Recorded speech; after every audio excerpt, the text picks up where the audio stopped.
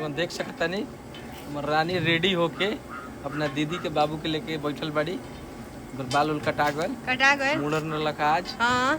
रानी हमार बहुत आज खुशी बाड़ी। तनी एकरा से पूछी का लगन देलू गो बाबू के अपना बाबू के छोड़ी हमरा के का देलक हो का देले बोलो तो बाबू का देले मौसी के बाबू कौन है कुछ नहीं की देले हाय कर दो हाय कर दो बोला हाय बोला कैसन बानी लोगन पूछा बताएं लोगन हमरा बाबू के कैसन बानी लोगन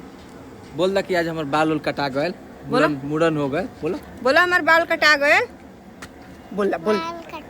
हमरा के आशीर्वाद दी लोगन बोला दी लोगन तो देख सकता नहीं लोगन लड़का तो बोले में बहुत ट्रेंड बा लेकिन अभी